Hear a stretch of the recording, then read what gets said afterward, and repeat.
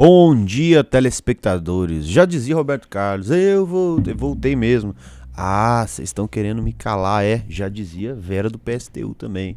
Estamos aqui de volta. Ontem teve um assalto desse programa aqui, Godoy tomou o meu lugar, mas como um bom guerreiro voltei a tomar o meu posto, estou aqui novamente. Hoje trazendo notícias como a Operação Tok Tok. Quem é, né? Opositores ali na Venezuela, mais de 1.000 opositores presos na porta de casa. Nossa, que nome ruim para uma operação Tok Tok. E aí a gente vê o quanto que ir contra uma democracia justa, igual tem na Venezuela, não é tão convidativo em um país onde tem esse absurdo dessa ditadura. Então a gente tem ali, dentro dos presos, inclusive a Maria Oropesa, que era a coordenadora de campanha da oposição, que foi detida, inclusive, enquanto fazia uma transmissão ao vivo na porta de casa. Então você aí, defensor de ditadura de Venezuela, pensa bem. Às vezes está defendendo aí, vem alguém na portinha da sua casa, faz um toque-toque e leva você de dentro da sua família para um presídio. Então temos aí essa tragédia que está acontecendo novamente aí na Venezuela e não tem outra palavra que não defina isso.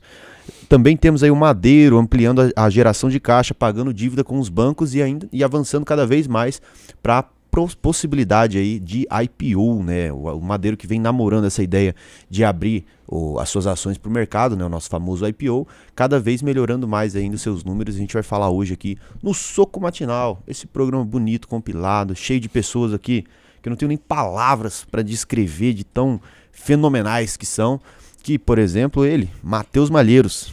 Eu voltei também, estou de volta ao nosso querido Soco Matinal, e eu ajudei no resultado Madeiro também. Só esse ponto, é muito bom o hambúrguer, gente, fica a recomendação aí, tá muito gostoso mesmo.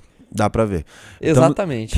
Temos também... Argumento de autoridade. Argumento de autoridade aqui. Skin the Game. Skin the Game. E aqui temos também ele, que já com o Madeiro já não tem relação, né? Tem sim. Tem salada no Madeiro, né? Tem bom hambúrguer vegetariano lá. Ó. Bom é muito forte. Bom é muito forte. Negócio eu vegetariano. não diria bom também. Beleza. Ele, Guilherme Godoy, ele que em sua essência, economista por formação, nosso consultor de investimentos aqui, amigo pessoal aqui de muita gente, inclusive nosso, e também tem um traço da personalidade dele que eu não quero nem falar. Então, bom dia. Quem achou que não ia me ver, achou errado. Tô aqui de novo, pelo terceiro dia seguido. Espero que dessa vez seja o último, mas talvez pode ser que eu esteja aqui amanhã de novo. Então, fica esperto aí que pode ser que eu apareça aí na sua telinha novamente. Todo dia uma surpresa.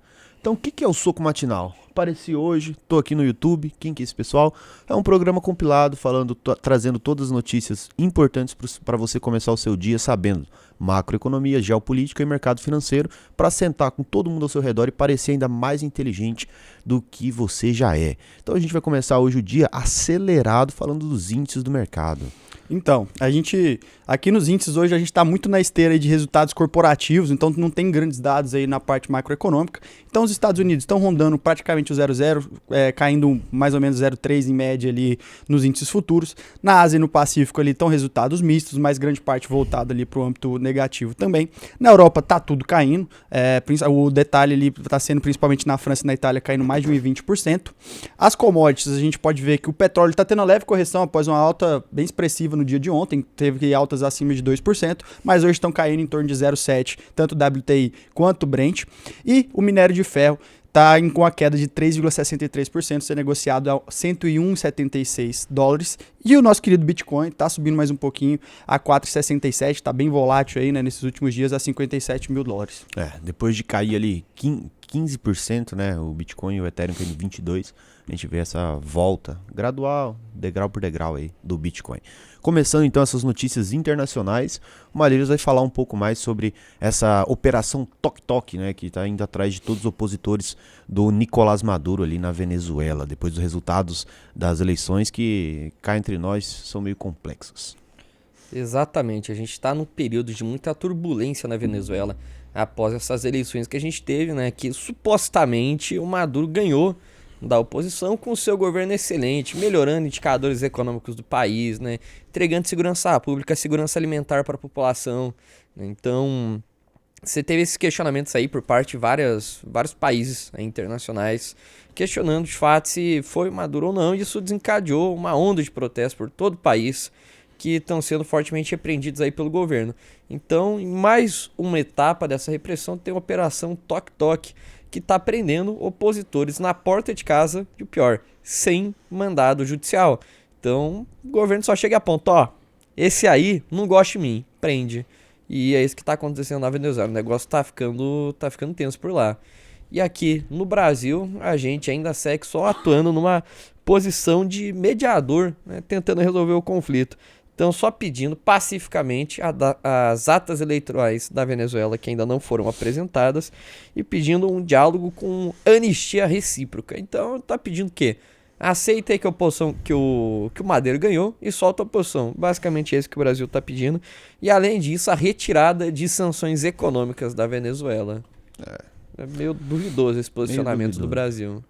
De uma parte específica do Brasil. Ah, mas então vocês estão muito políticos, vocês estão colocando uma opinião muito clara, não está sendo imparcial. A gente não é imparcial, não. Nenhum jornalismo é imparcial. A gente não é imparcial, não. Se quiser parcialidade, vai para outro local. Aqui a gente tem a nossa opinião, a gente acredita no liberalismo econômico, a gente acredita aqui fielmente que quem move a economia é quem trabalha, quem corre atrás.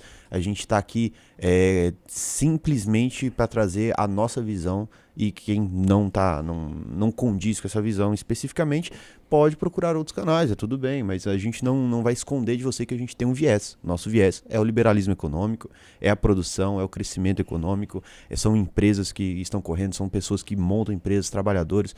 Então, todo local que você assistir existe um viés. Se você vê um programa de culinária, tem um viés. Ou seja, aquela pessoa que está por trás do microfone, como eu estou aqui, ela tem uma intenção na fala, isso é um viés. Só que, geralmente as pessoas não deixam muito claro isso. Qual é o viés dela? Aqui a gente deixa. Nosso viés é o liberalismo econômico. É transparente, pelo menos. Menos obscuro. Pois é. E a gente, se for pegar agora a visão do Chile, né, que é o quê? É o país que mais deu certo aí na América Latina, tem os melhores indicadores econômicos, por ver, tem IDH mais alto, né? Então, um PIB per capita mais alto que o do Brasil também, que seguiu justamente nesse caminho aí mais neoliberal, né, na contramão do que a gente tá fazendo aqui do Brasil atualmente. O posicionamento do Chile é o quê? O presidente, o Gabriel Boric, está acusando a Venezuela de fraudar as eleições e diz que não vai reconhecer os resultados. Já vira uma oposição grande aí ao próximo governo. Porque o que é um governo no final das contas? Ele é interno e externo. Internamente ele controla a população através das forças armadas, através do sistema político, do estabelecimento como um todo. Só que externamente ele também precisa do reconhecimento de outros países para que eles também sejam um governo. Por quê? Se eu digo que eu represento o governo desse território, mas ninguém me aceita como governo, então eu não tenho um governo. Você chega numa cúpula da ONU e fala, não, quem que é você? Eu não te reconheço aqui como representante da Venezuela, por exemplo. Pronto. Tá bom. Não adianta, você não tem relações externamente. Como que você faz relações comerciais e tudo? Você fica isolado. E é o caso da Venezuela, que está cheia de sanções econômicas. Isso, e cada posicionamento de líderes de outros países sempre vão reforçando essa disputa política que vai acontecer aí entre a oposição e o Nicolás Maduro aí. Então esperamos novas notícias e a gente traz aqui para você que acompanha o Soco Matinal toda manhã. A gente também tem uma outra notícia, né, no Oriente Médio, né? A gente vê aí a escalada de tensões nesse conflito ali entre Israel e todos o Hezbollah, o Hamas que estão ali sempre buscando extinguir Israel, né? E aí a gente tem aí a morte do líder do Hamas que aconteceu aí na semana passada, não lembro o dia especificamente. E aí o Irã, né, que é o financiador, o grande financiador ali desses grupos, solta o posicionamento que vai entrar, que não vai entrar, e essa escalada de tensão preocupou inclusive os Estados Unidos, que mandou mais um porta-aviões ali na costa de Israel. Pois é. Antes de entrar no Oriente Médio em si, vamos lembrar que a gente tem um ambiente muito tenso ali na região da Ásia, né? Você tem ali questão de China, tem Taiwan, tem a Coreia do Norte, e os Estados Unidos, como essa potência global que tem vários aliados espalhados pelo mundo, acaba tendo essa presença naval em vários mares, né, em vários continentes, justamente para tentar mediar esses conflitos e oferecer uma maior proteção, e já está de prontidão, né, inclusive ali com os portos e aviões que permitem que os Estados Unidos projetem esse poder naval aí em vários oceanos pelo mundo. Então, para ter uma noção do nível, né, os Estados Unidos tiraram um porta-aviões da Ásia, né, ali, que tem Taiwan, inclusive, que, né, dentro de Taiwan você tem a TSMC, que produz 50% de todos os chips eletrônicos que são feitos no mundo. Então, assim, uma posição extremamente estratégica, e mandou esse porta-aviões lá para o Oriente Médio para ajudar principalmente na defesa de Israel. Para a gente ter uma noção. Então, ele desprotegeu, de fato, a Ásia para ajudar Israel lá no Oriente Médio. Sinal que as coisas lá estão ficando bem tensas. E aí você vê, né, Godoy, como que os Estados Unidos ele está em várias frentes ali de atuação de conflitos, né? Mesmo sendo conflitos frios ainda, por exemplo, como a gente vê em Taiwan, que a China todo momento fala que vai invadir, não vai invadir, os Estados Unidos se projeta ali para, se invadir eu estou aqui. Já está de prontidão. Já está ali de prontidão. Ao mesmo tempo ali a gente tem os Estados Unidos através da OTAN junto com a Ucrânia ali defendendo o território e contra-atacando também. E agora a gente vê no Oriente Médio. Então os Estados Unidos precisa dissipar essa força bélica que ele tem ali. Tá, beleza. Então o que é um porta-aviões, no final das contas? É uma projeção de território. É muito importante. Por quê? Dentro de um porta-avião cabe ali 90 aeronaves que podem decolar e em questão de minutos está dentro do território. Então, quando eu coloco um porta-avião do lado do seu território, eu estou projetando o meu território sobre o seu. Então, é um poder muito forte um porta-avião ali. Pois é, um detalhe também é o quanto que isso custa para os Estados Unidos manter essa presença bélica global, né, com essa superpotência. Então, os gastos militares dos Estados Unidos atingiram em 2024 2,4 trilhões de dólares. Isso é só 55% de todo o orçamento global gasto com defesa. Até mais que o PIB do Brasil. Eles gastaram só para manter o exército deles com guerra. Se tivesse 1% disso pro Vila poder pagar em jogador, o Vila já tava na Série A. Nossa! Esse é o problema. A gente fica pensando em guerra, mas não fica pensando aí no time. E cadê o Vila, né? Cadê o Estados Vila? Unidos, patrocina o Vila Nova, por favor. Se Estados Unidos tivesse patrocinado o Oba aqui, já tava em outro nível. A gente já teria um estádio muito melhor. É complicado, né, Estados Unidos? Estados Unidos, complicado, hein? Vamos pra outra notícia. Cara, só fazer uma complementação. Eu acho muito engraçada essa estratégia que os Estados Unidos adotam desde sempre, né? Desde os apoios ali pós Segunda Guerra Mundial, que vem aí tentando fazer sua dominância frente a esses supostos apoios aí sem nada em troca, né, com relação à parte dessas guerras, mas na verdade ele fica tentando esse mesmo modelo de dominância aí, né, tentando impor ali esse suporte bélico, para em troca depois conseguir cobrar certos favores desses países, né, isso obviamente acontece, principalmente na parte de exploração de petróleo. Eles querem levar democracia e liberdade pelo mundo. Com certeza. É só democracia. Só isso que eles querem levar, tá? E aí eles sempre utilizam aí valores astronômicos para custos de guerra e depois não entendem porque estão entrando muito próximo de uma recessão, não conseguem cumprir com pautas sociais dentro do próprio país, então tem ali um caos com relação à parte da saúde pública dentro do país deles, né? Um monte de gente ali vivendo nas ruas. Então assim, tem um monte de caos dentro dos Estados Unidos e eles preferem gastar todo esse recurso para tentar ter essa dominância no mundo aí, porque segundo eles precisam levar sua democracia para outros países. Enquanto isso, na outra esteira ali do Oriente, né, que é um país que seria ali o seu novo conflito de uma suposta nova Guerra Fria, que é a China, vem gastando um monte de recursos ali para conseguir se impor como uma nova potência mundial, vem crescendo cada vez mais ali o seu PIB e melhorando a qualidade de vida dos seus cidadãos, e depois para eles acham que a China está inflando o balanço comercial do país, está inflando os dados do PIB. Não, eles só simplesmente não ficam gastando 2 trilhões aí em guerras, né? Então fica aí um questionamento dessa estratégia que os Estados Unidos adotam e que eu acho que é uma postura que deveria ser mudada já há muito tempo. Tem um livro do Ray Dalio que ele fala sobre isso, fala sobre as nações, né? Por que elas prosperam e fracassam. O nome é Princípios para a Nova Ordem Mundial, porque as nações prosperam e fracassam. Nesse livro, o Ray Dalio fez um estudo, pegou séculos de história, de dados econômicos de países e conseguiu compilar, basicamente, o que faz uma nação se desenvolver e o que faz ela sair do seu apogeu e entrar num cenário de declínio. E é o que a gente já percebe ele desde Roma, por exemplo, que é o quê? Os gastos militares são uma das questões que prejudicam muito um país, porque você manter essa posição de dominância global exige um gasto militar muito alto. Isso deixa a sua máquina pública muito inchada, faz o governo começar a entrar em déficit e apresentar esses momentos aí de turbulência mais econômica. Então, é um dos fatores, né? Não é o único, mas são vários deles e um dos principais são os gastos militares que acabam, né, tirando toda a eficiência do país e sendo um gasto muito elevado. Então, Roma passou por isso, né? Ali, Inglaterra passou por isso, Portugal passou por isso, né? Com as grandes navegações. Então, os A Estados Alemanha Unidos também estão passou passando por por isso isso. agora, a Alemanha passou por isso agora. Então, é algo que a gente... a União Soviética também passou por isso, né? Não tinha uma economia forte para manter aquele exército gigantesco. E os Estados Unidos agora estão nessa mesma situação. E só mais um detalhe, como que você pode se posicionar, por exemplo, né? Porque a gente fala essa notícia e no final das contas, né, isso acaba impactando o mercado financeiro também. Então você pode investir em empresas que se beneficiam de cenários turbulentos geopoliticamente. Um desses exemplos é a Lockheed Martin, uma empresa aí de setor de defesa aeroespacial, né, norte-americana, cujo principal cliente é quem? É o governo dos Estados Unidos. Então as ações dessa empresa já subiram mais de 20% nesse último mês, principalmente com a escalada dos conflitos pelo mundo. Então isso é uma recomendação de compra? Não. Claramente não. Por quê? Porque se você pegar o seu dinheiro agora sem orientação de um consultor de investimento e comprar a ação dessa empresa, você está desconsiderando 1 milhão de outras coisas. Isso foi só um pedaço de uma fala do Matheus. Só um paralelo. Então é isso. Estados Unidos, toma essa indireta aí. Melhora isso aí pra gente. Anda logo. Vamos lá. A gente vai para a próxima notícia, que é, após sequências de prejuízo, grupos Casas Bahia, né, a ticket BHIA3, faz um lucro de 37 milhões de reais aí. Olha só, Casas Bahia vendendo geladeira, sempre mantendo uma margem boa. Exatamente. O Grupo Casas Bahia, depois de muitos prejuízos e uma recuperação extrajudicial, conseguiu reportar um lucro. Então a empresa teve uma receita aí de 6,5 bi, né, uma queda de 13,5% em relação ao 2T23, né, que é o mesmo período, só que do ano passado, e um EBITDA de 452 milhões, uma margem de 7%.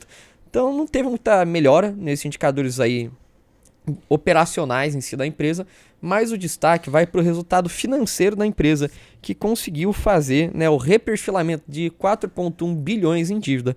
Então, quais foram os resultados da empresa? Né, o prazo médio, então, a média aí de quando eles vão levar para pagar a dívida aumentou de 22 para 72 meses e o custo foi reduzido em 1,5 pontos percentuais. E qual que foi o impacto disso no resultado financeiro da empresa, né, no que eles pagaram de juros nesse trimestre? A gente teve aí, né, ali do 2T23, o resultado financeiro saiu de menos 800 milhões para menos 42 agora, uma queda de praticamente 95%, o que contribuiu para a empresa conseguir fechar o trimestre aí com um lucro de 37 milhões. E agora, segundo o presidente do grupo, o Renato Franklin, o foco da empresa vai ser aumentar a receita e a rentabilidade. Então trabalhou principalmente agora nessa parte financeira da empresa, que é o que estava mais prejudicando os resultados, e agora sim vai para a questão de receita e de rentabilidade, aumentar as margens e conseguir ampliar a receita de vendas. Excelente trabalho, né? A gente viu aí que essa recuperação judicial tem sido bem feita ali pelo grupo, né? E, cara, nessa esteira aí a gente já viu um monte de recuperações judiciais acontecendo neste ano e mais uma teve do Grupo Novo Mundo, né? Também acontecendo. Então a gente espera que essas empresas consigam se recuperar, que assim, um pouquinho mais pra frente a gente volte a ver o consumo se estabelecendo essas empresas aí, porque elas geram muito emprego, né? Então, assim, cara, tomara que essas empresas se recuperem e a gente consiga manter aí o varejo do Brasil um pouco mais aquecido. A gente tem que lembrar que o varejo tomou uma pancada forte ali na época da pandemia, então os resultados refletem até hoje, né? E além de emprego também, gera imposto também. Então, você pega aí nas duas pontas, né? Ajuda a pagar a nossa máquina pública, que já é muito inchada, e gera emprego, que geram pessoas que pagam impostos, que consomem, que fazem a economia girar. Então, não é bom para ninguém querer que uma empresa desse porte vai ter, de fato, um impacto significativo aí na vida diretamente de dezenas de milhares de pessoas, indiretamente na vida de todo mundo. E é bom que essas empresas também consigam pagar bastante imposto, porque pagar assessor de deputado não é barato e a gente tem que fazer nossa parte aí, ajudando vai deixar eles desempregados também. Nosso judiciário também consome nossos quase heróis. 2% do PIB. Inclusive, só uma crítica agora aos nossos gastos públicos. O Brasil é um país que, em média, gasta muito mais do que o mundo com o judiciário e muito menos, né, em relação ao PIB com educação, com segurança, com infraestrutura. Então, nosso judiciário, por exemplo, custa quase 2% do nosso PIB. Foi um gasto aí de aproximadamente 140, 160 bilhões que a gente teve no último ano. Enquanto a média do mundo fica em 0,5% do PIB. Aí fica aí, porque é isso que a gente sempre defende. É igual, já tiveram alguns comentários em vídeos passados dizendo assim, mas vocês sugerem que o governo tem algum corte de gastos aí, mas de onde que vai tirar? De reformas administrativas, de reformas principalmente nessa parte de gastos públicos que são destinados para custear essa máquina e que por muitas vezes você não tem esse retorno de contrapartida para a população. Então Então tá aí uma grande parte de despesas obrigatórias, que é o que mais consome o nosso PIB, hoje tá mais de 90% do nosso PIB são para despesas obrigatórias e não para discricionárias, igual as pessoas acham que o gasto é feito de forma aí deliberada pelo governo, mas não é tão fácil assim. Grande parte do nosso orçamento já está pré-definido e assim, a gente não consegue ter uma margem para isso. O que você consegue fazer não são reformas, não são pequenas movimentações com relação à parte ali, sei lá, vou cortar uma coisa aqui ou cortar outra coisa ali. Não, você tem que fazer reformas. Reformas são coisas que passam por governos, não são coisas que são feitas ali de formas transitórias. Então a gente precisa de reformas administrativas que vão conseguir perpassar, independente do próximo governo que venha. Pois é, e pra você ver, que loucura do judiciário, inclusive. Mais de 80% dos gastos do judiciário são com folha de pagamento. E todo esse sistema em si consome mais do que todo o policiamento, então todas as forças de polícia do Brasil e todas as forças de bombeiros. Então, olha que loucura, você gasta mais com o pessoal que vai julgar quem comete um crime do que quem faz de fato policiamento. Então a gente vê aí claramente o quanto que se cada um fazendo a sua parte, se o Matheus, se o Godoy, se eu fizer a sua parte, a gente vai conseguir dar uma vida melhor aí para nossos heróis que estão de terça a quinta até o meio-dia ali, trabalhando arduamente no nosso congresso ali.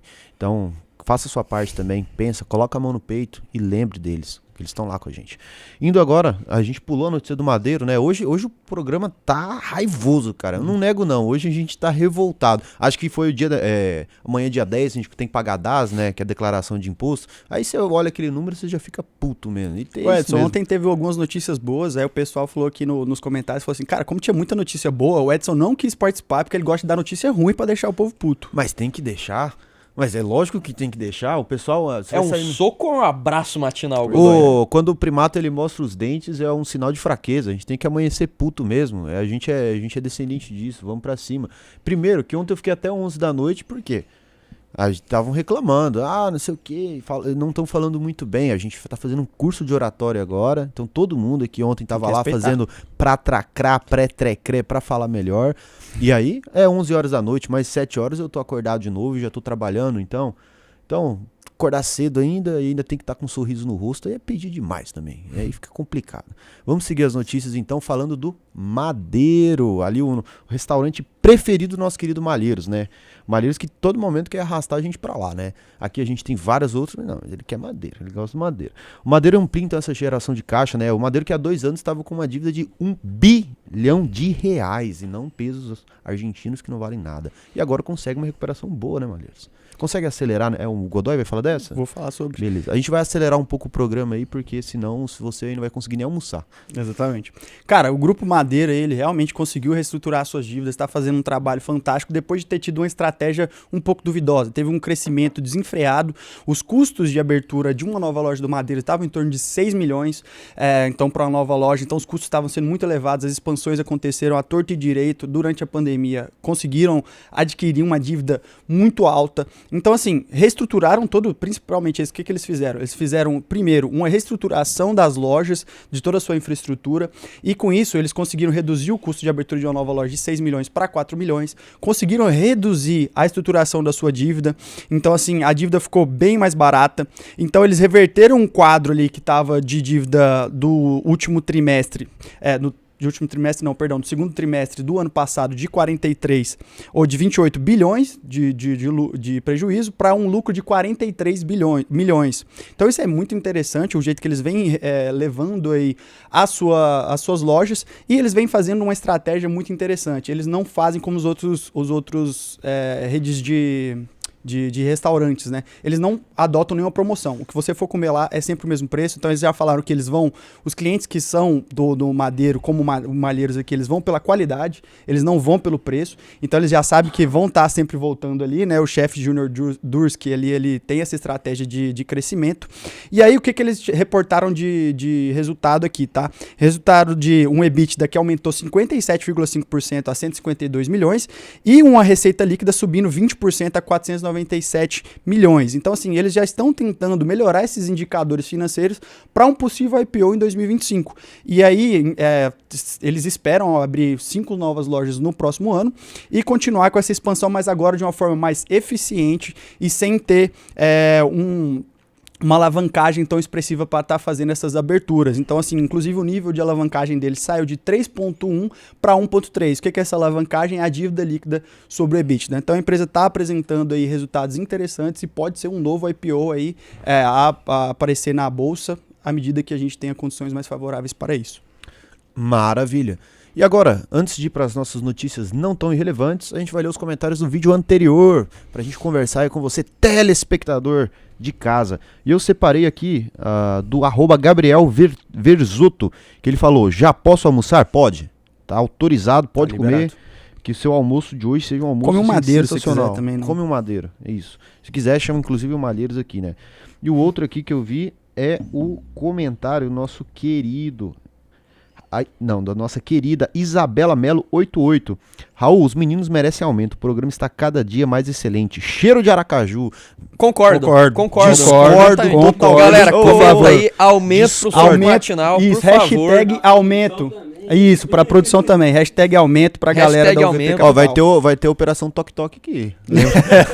Ó, seguinte, que aumento? Não tem como dar aumento pra isso não. Ó, olha o relógio que estão lá. Se você for aí uma pessoa que comete assaltos em Goiânia, procure aqui, ó, os dois aqui. Fora, rapaz. Porque, ó, Relaxa, não foi custo da empresa? No braço de cada um tem Exatamente. Não foi custo da empresa? Ó, isso aí Calma. mentira. Discordo. Calma, Calabresa. Não, calma não. Calma, Aumento. Calabresa. Aumento pro soco matinal, Aumento. por favor. Ó, alguém vai sair do programa. Calma, Calabresa. Ó, tem 50 mil no braço de cada um. Se o Matheus tiver mais dinheiro sobrando, ele se mata até o final do ano. Porque ontem era 11 da noite, todo mundo cansado. Ele, vamos pro karaokê, vamos lá na Monkey Karaokê. E eu não pode. fui. Não foi, ó. Foi lá comer um espetinho, foi tranquilo. Então, assim, ó, pode ficar tranquilo. Não tem como dar aumento, senão a gente não tem programa. Porque o Malheiros mesmo, o Zé se mata até o final do ano, né?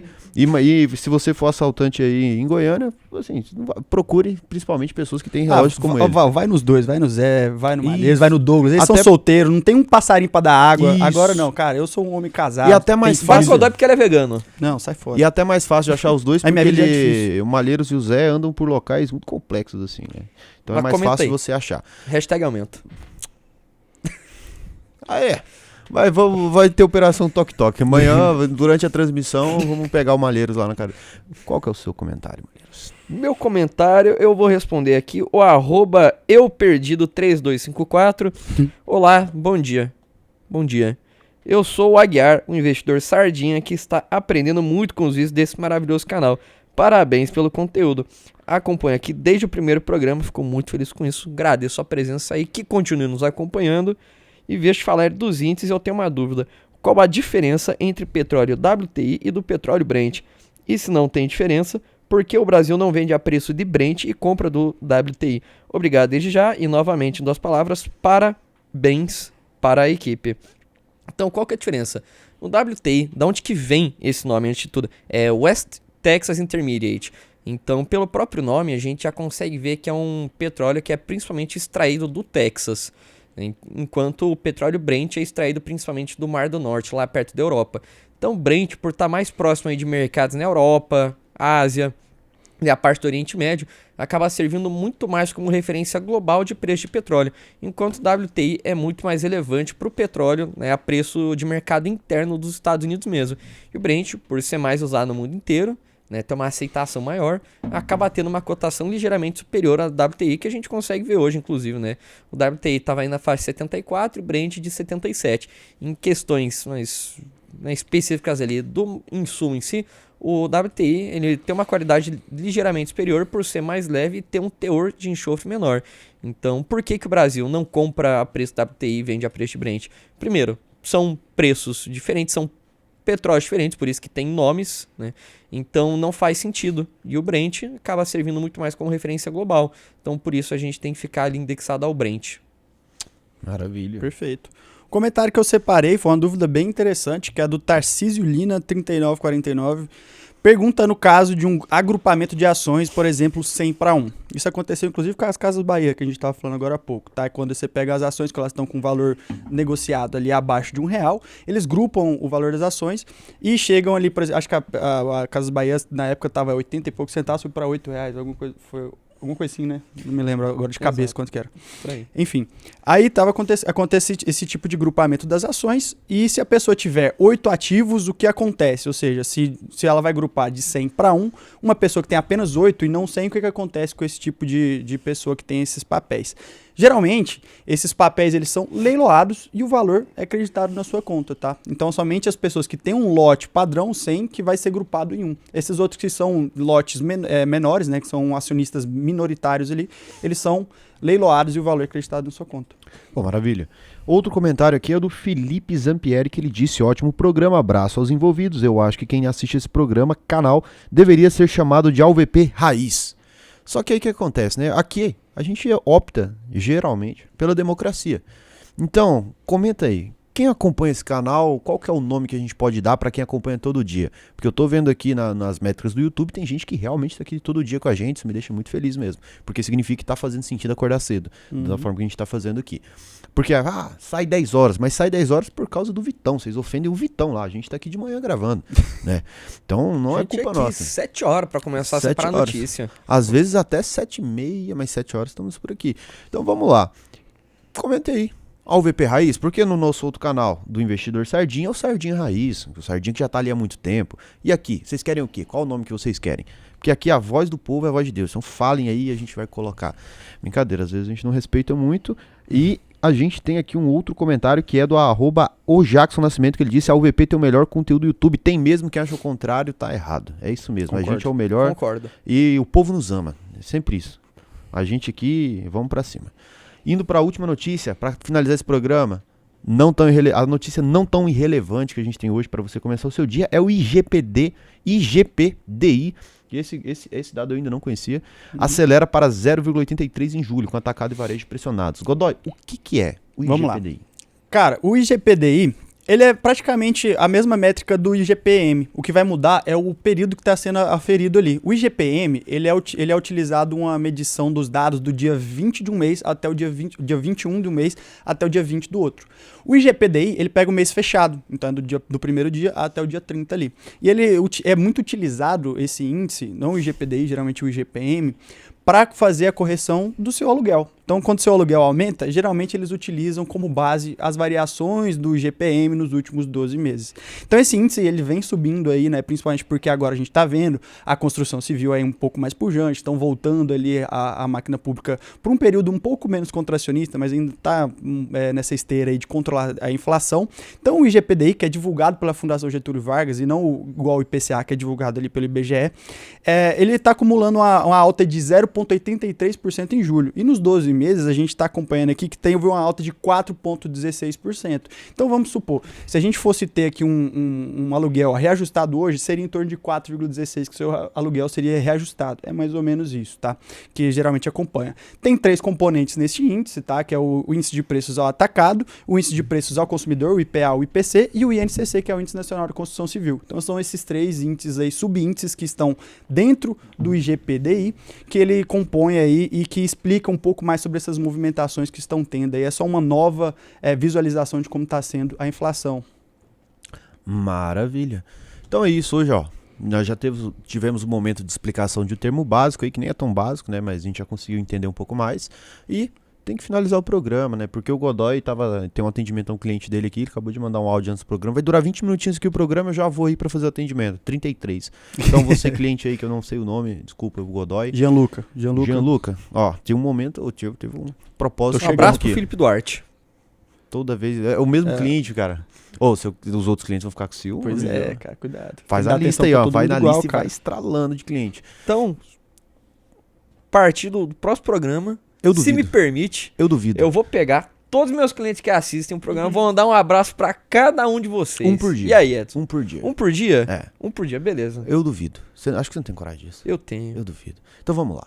Pra finalizar, então, a gente tem um recado final aí pra deixar o coração de vocês quente, né? Pra ajudar a vida de vocês. E vai pra quem? Pegar de surpresa. Vai pra ele, Matheus Malheiros. Bom, o que hoje, você pode falar, Malheiros? Quinta-feira. Ontem era pra gente ter na Monk, cantar um karaokê depois, mas não deu. A gente tá muito cansado, trabalhando demais. Então, sugestão aí pra vocês se divertirem, galera, pega e vai num karaokê. É muito bom. De verdade mesmo. I never É bom gonna passar dance uma- again. Exato. Guilty feet have got no rhythm.